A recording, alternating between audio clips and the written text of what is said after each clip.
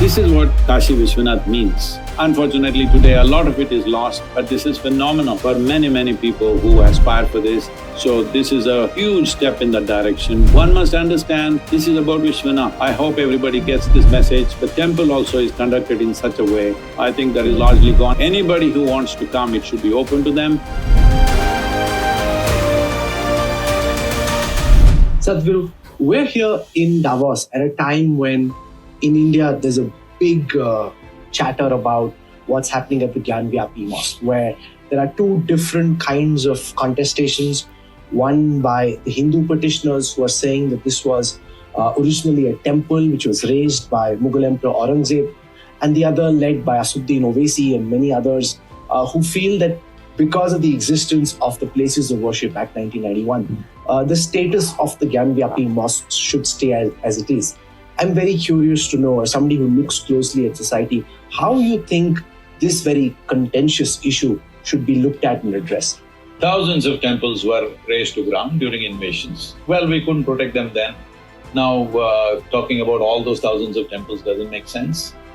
Yes. Because you cannot rewrite history in that sense. But at the same time, very iconic places. I think the communities should sit down together and work this out. This is not for the benefit of the nation, that everything we fight, whatever you say, I will oppose, whatever I say, you will oppose. This is not the way forward.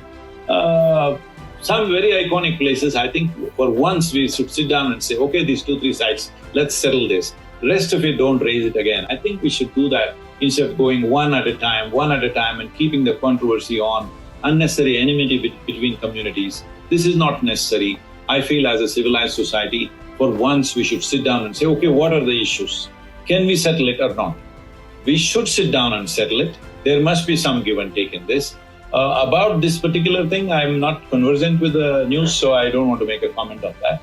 But I feel that will be a way forward for both the communities, above all for the nation.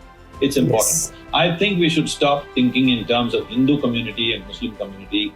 Right now, India is at a juncture where if we do the right things, we could be a significant nation in the world in terms of economy, in terms of political power, in every way. Nation could become a very significant force in the world. I don't think we should squander this, going on making everything into a big dispute. I know local politics, people will try to play for their advantage. I would beseech people and the news agencies and media houses not to make this controversial. Just make sure that we go towards a solution once for all, rather than breaking it up every few years. So your proposed solution is identify a few crucial sites, sit and talk. Yes, sit and talk. Do you think that there is space in society for such dialogue? There is definitely space. We just have to create the willingness. In this, media houses have a significant role. If you call for debates with the sensible people from both communities, if that narrative begins to build, definitely it's possible. There is no dispute that cannot be settled. There's been this demand that there be a Truth and Reconciliation Commission, like there was in the post-apartheid era in South Africa, where this business of denial ends and the barbarism of Mughal emperors and of invading armies is accepted, and then begin a process of truth and reconciliation. Definitely, something like that. Not necessarily in the same terms, because that was of a different nature. But this also is there is pain in people's hearts. So sit down and talk rather than just fighting endlessly, arguing endlessly. First of all, those who are in active politics should be kept out of these things, because this should not be made into a political mileage or a political capital for anybody. But the conversation in the country should move beyond communities and come to the nation. And on the issue of the role that the judiciary can play, because, for example, in the Ayodhya case, it was said that this is a one-off exception made for Ayodhya. Now, no other matter should be brought up. You said identify 2 key sites or few key sites, possibly say Kashi and Mathura. But then there are demands being made for the Taj Mahal to be renamed, for rooms to be opened, for the Qutub Minar to be called the Vishnu's thumb, because there were temples. So if you're in your proposed solution, how do you know it will end at 2? No, the nature of India is there were temples in every street, in every place, all right? This is the nature of the country. Well, historically, that's been changed in many ways. There is bitterness in a whole lot of people. So that's why I'm saying a few iconic places you choose and sit down and said, these few things you settle, after that never again, it should be raised once again, once again. At the same time, whatever historical blunders or cruelties that have happened, there must be some kind of, if not, I'm not even asking for apologies or anything, because there are no Mughals sitting there to apologize for you. Muslims of the country are Indian citizens, all right? So there is nobody there to apologize to you. Mughal kings are not sitting there to apologize, no such thing. Little reconciliation, okay, something has been taken away from you, okay, let's settle this. This approach should come. Above all, we must settle these things quickly if we want nation to move ahead. It's very important. The time has come in the world where the world has to move away from divisive dogmas and philosophies and ideologies. This is what Kashi Vishwanath means. Vishwanath, as you know, it means the Lord of the world. That means it is for all life on this planet.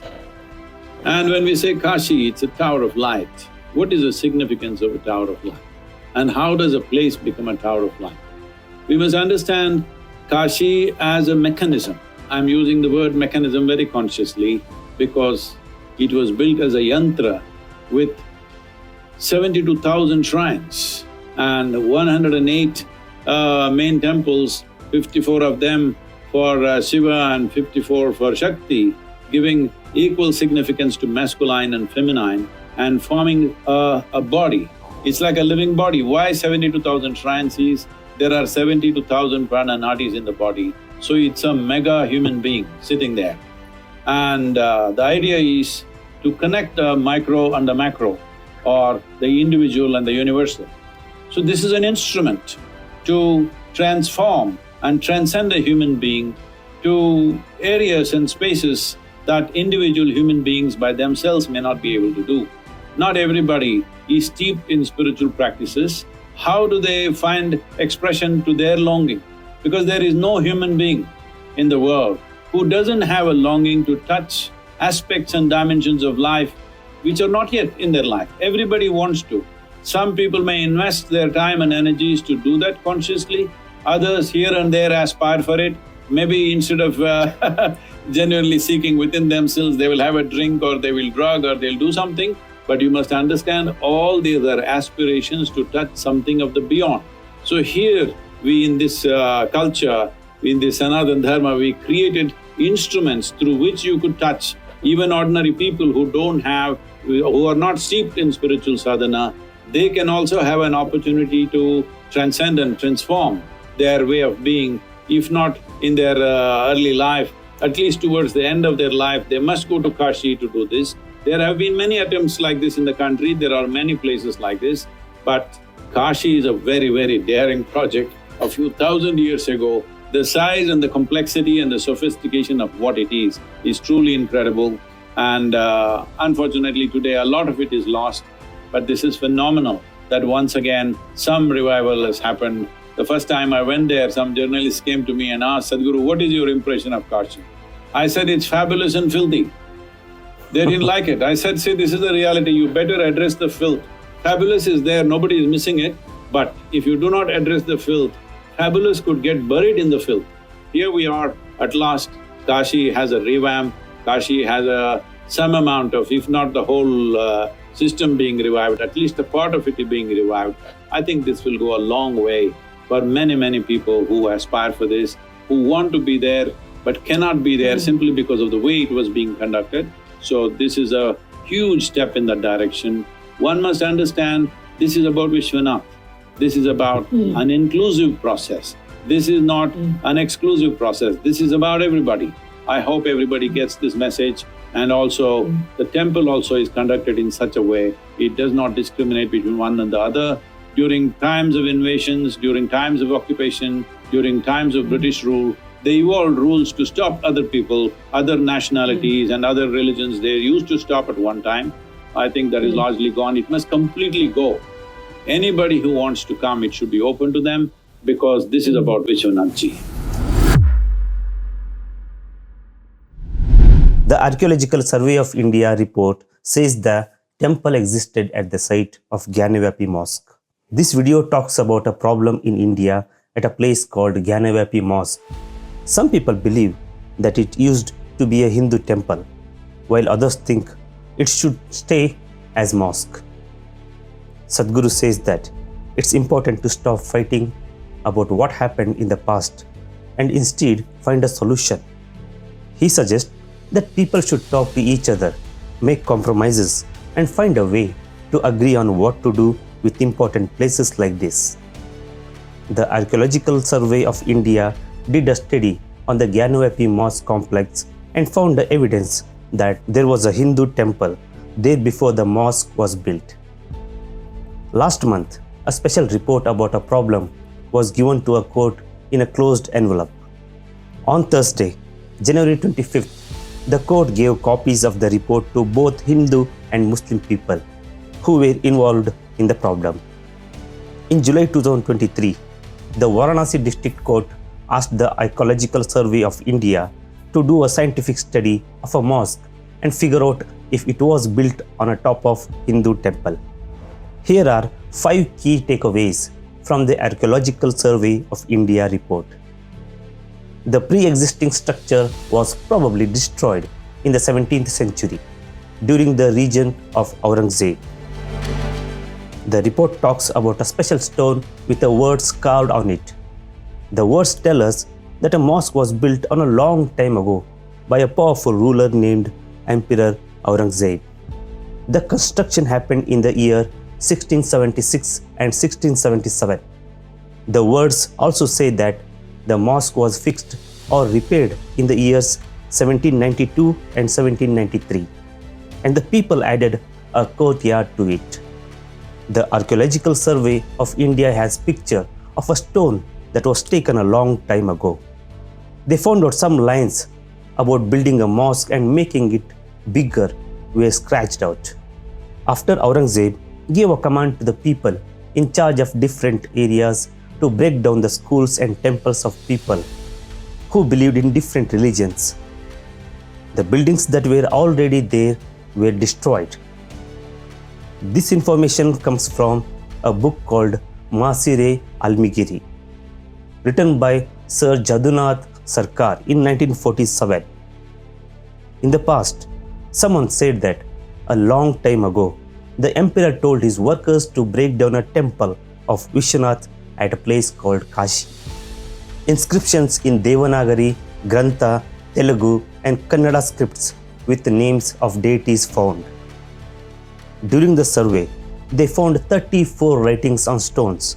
These writings were actually on old temples and were reused when they built or fixed the current temple. This means that the old temple were destroyed and some of their parts were used to make a new temple. The report said that the names of gods like Janardana, Rudra and Umeshwara were found in the writings. It also said that the word Mahamukti Mandapa mentioned in the 3 writings are very important. Parts of the pre-existing temple were reused for the expansion of the mosque and construction of sahan. The survey looked at rectangular columns in the hallway and found that they were from the old temple. The Vyala, figures which are like creatures from a story, were carved on the sides of a special design called lotus. But when they wanted to use these figures again, they had to change them by cutting off some parts. They also took some stones from the corners and made them look like flowers. Instead, we know this because there are 2 similar decorations still in their original spots on the walls. The central chamber and main entrance of the pre-existing structure are part of the existing structure. The temple that was already there had a big room in the middle and 4 other rooms on each side. One to the north, one to the south, one to the east and one to the west. The main room of the building is now the main hallway of the building. It has really strong walls and pretty decorations. The building used to be a mosque and had animal figure on the arches. But they were damaged. Inside the dome, some designs look like shapes. The door to the big room in the middle of the building is now blocked by a wall made of stones. There used to be a pretty carving of animals and birds, and special entrance at the door. The big door had a smaller door next to it. The special design on the small door has been cut off. We can only see a little bit of it because it's mostly covered were used to block the small door. Sculptural remains in cellars indicate that there existed a large Hindu temple. In the report, it says that the pillars from an old temple were used to make a cellars in the basement. These cellars were built in front of a mosque so that many people could come and pray together. There is a tall structure with bells on it and special places for holding lamps. It also has some words on it that tell us in the year it was made. This structure is used again in the place called cellar number 2. Additionally, some statues of Hindu gods and parts of buildings were discovered under a pile of dirt in a basement. The Hindu people, led by a lawyer named Vishnu Shankar Jain, want to go to the highest court to ask a new investigation for a special part of the mosque. Some Hindus think this part looks like a sacred object to them, while Muslims think it's a place for cleaning before prayers. The Archaeological Survey of India found evidence that a Hindu temple was built before a mosque in Varanasi.